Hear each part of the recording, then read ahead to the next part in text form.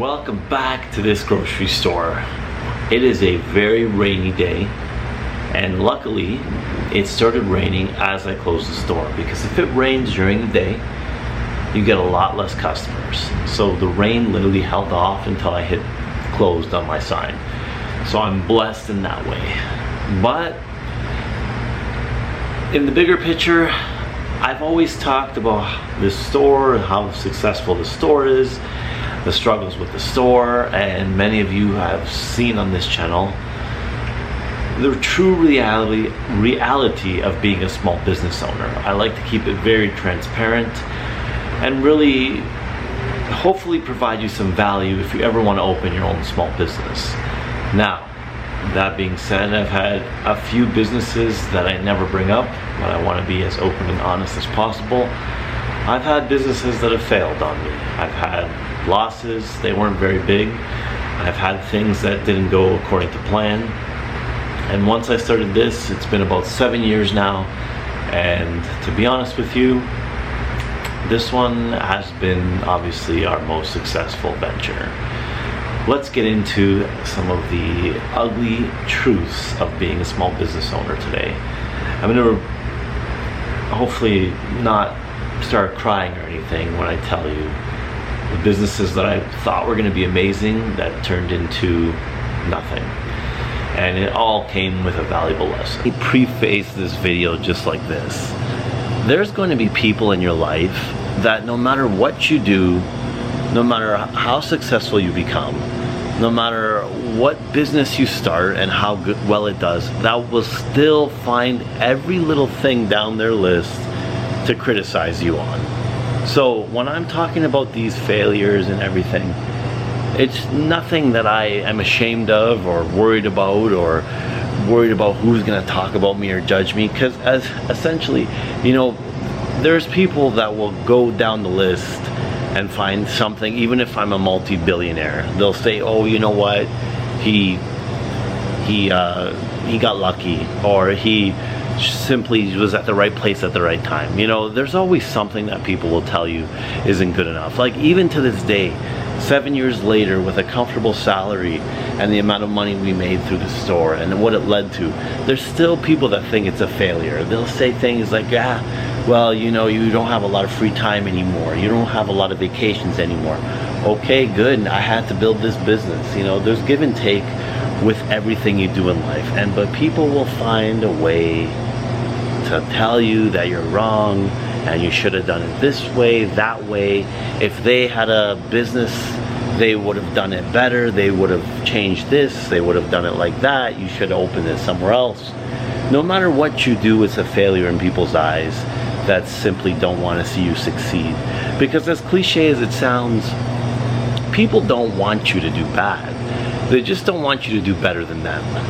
And at the end of the day, when you really do something different, like start your own business, it really pushes on the insecurity of people, because this is something that they may have wanted to do themselves but didn't have the courage to do. And now that you're doing it, they kind of want to see you fail. They kind of want to see you, you know, suffer a little bit and come back. Sorry, I'm out of breath. And come back to, you know, the reality, the 9-to-5 reality, which if you're happy with, fine, but if you're not, don't try to bring everyone back into that. And I've changed this concept on this video, on this channel. I want to be able to speak raw and free on this channel without ever planning anything or worrying about lighting and fancy edits. I just don't think the audience resonates with that as much as a one-on-one conversation. And even me telling you about my business failures, like, it's really not good for my brand in any way, because I try to be this successful small business owner and you know, have a small business that helps other businesses, but then I end up telling you that, you know, my business has failed. I had issues with my business. I have issues with this business. My past businesses, you know, didn't do that well. I just feel like it's just better for everybody if nobody hides anything on social media. You don't have to only show the highlights. You know, you get enough of that on Instagram from seeing your family and friends posting only the best parts of their life. This channel is just different in a way that I don't have anything to prove, and I think it helps people more from learning from my mistakes so you can avoid them. I really don't gain much from this channel besides creating a community that one day, you know, engages with me even further to build this channel. So why not be as truthful as possible? And with that being said, ironically, I did start a business to help entrepreneurs in the small business realm. If you ever had any questions for me, or you'd like some marketing done for your small business, please connect with me through my personal email in the description. You can ask me some questions. I can see if it's the right fit for us, and I can help you in your grocery business or your small business.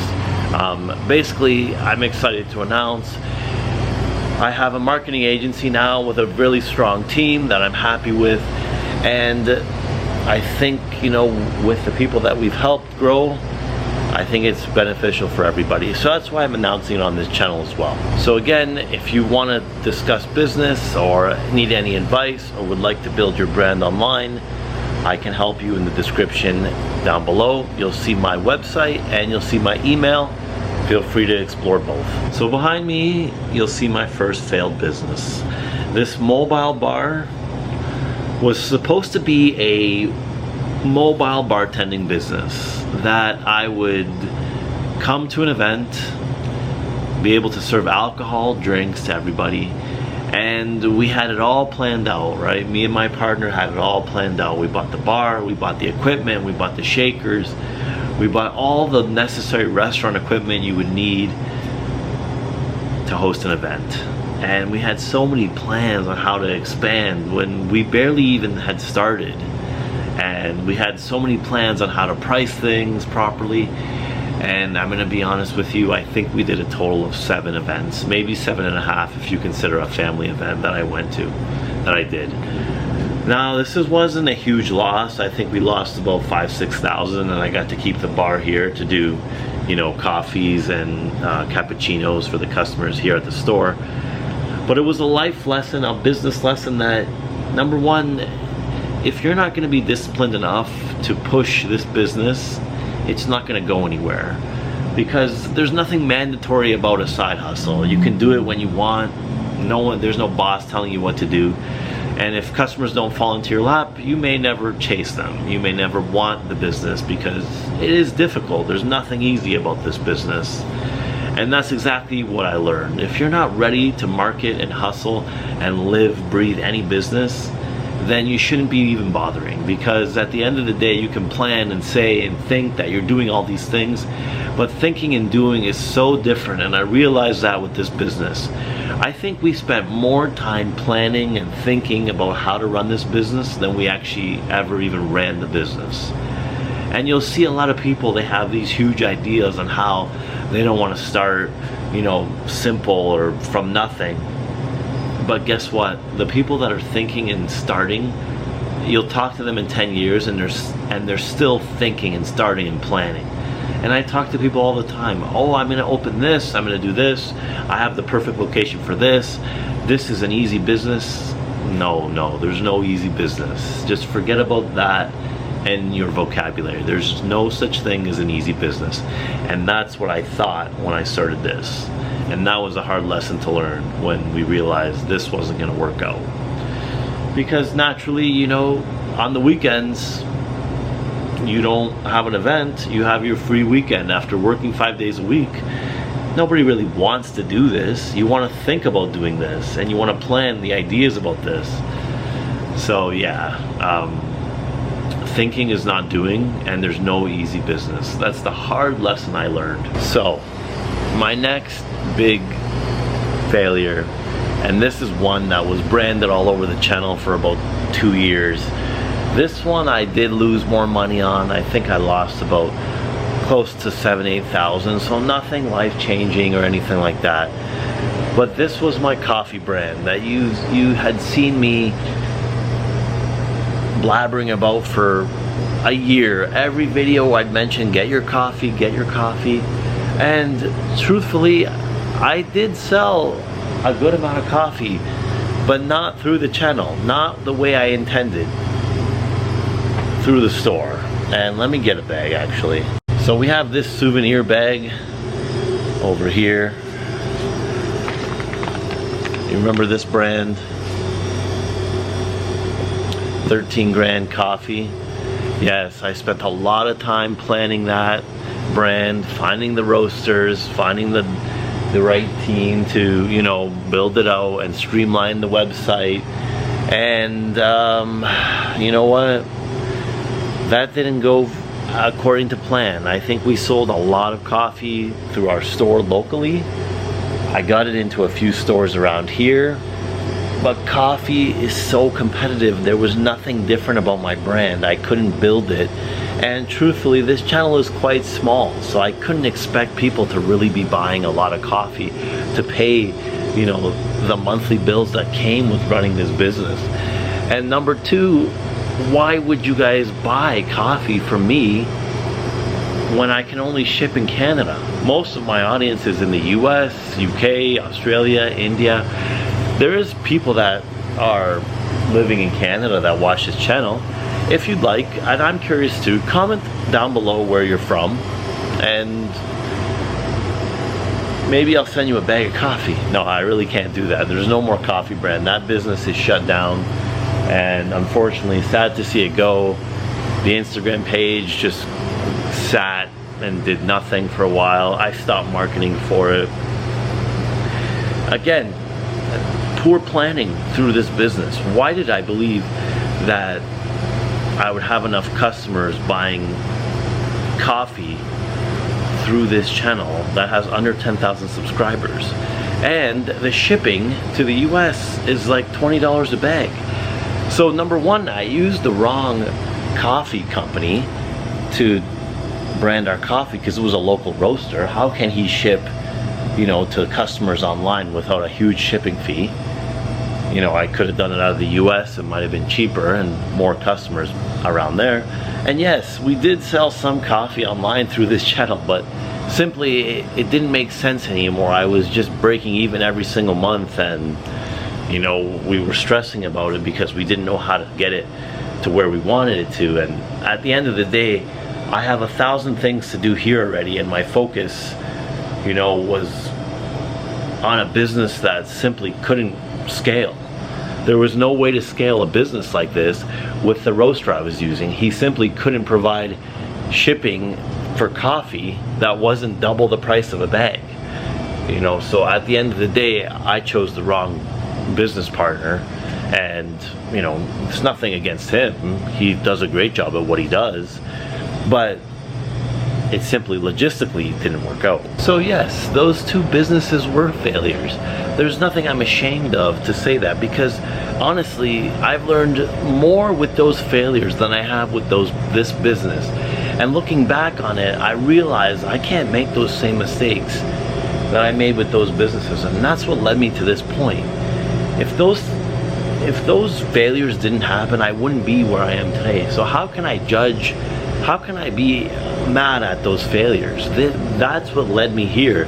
Every little thing that I did wrong in those businesses led me to this point. So how can I be upset about it? This is the choice I made. Everything I've done with those businesses in this business is my own fault. Like, it's on me. I deserve exactly where I need to be, and that's what people don't like admitting. They'll blame everything else on a failure. Though it was a bad location, the customers didn't treat me right, the customers didn't care, they were too stuck up, they, you know, were too worried about this, the city isn't ready. They'll blame anything but themselves. But at the end of the day, everything that went wrong in that business came down to the owner. You know, you can't blame anybody else. It's on you. You decided to open. Now you need to make it a success. Nobody cares about why or what happened or what went wrong. Trust me, they're already hard on you as it is if you're successful. When you're a failure, if you make excuses, they don't care. So don't bother making those excuses. Own up to whatever happened, learn from it, and move on. At the end of the day, it's gonna lead you to something better, we're hoping. So I hope you enjoyed listening to my failures, my failed businesses. Some of you may remember the actual coffee business that I had on this channel. But anyways, that's all in the past. We can only look forward. And this store has provided me with, you know, what it has, and this channel, and now the marketing business, and some of Felicia's clients came through it. So everything accumulated into one large entrepreneurship ball that we are slowly expanding. Thank you for watching this video. I don't know how to end this one, but I hope it was more positive than negative.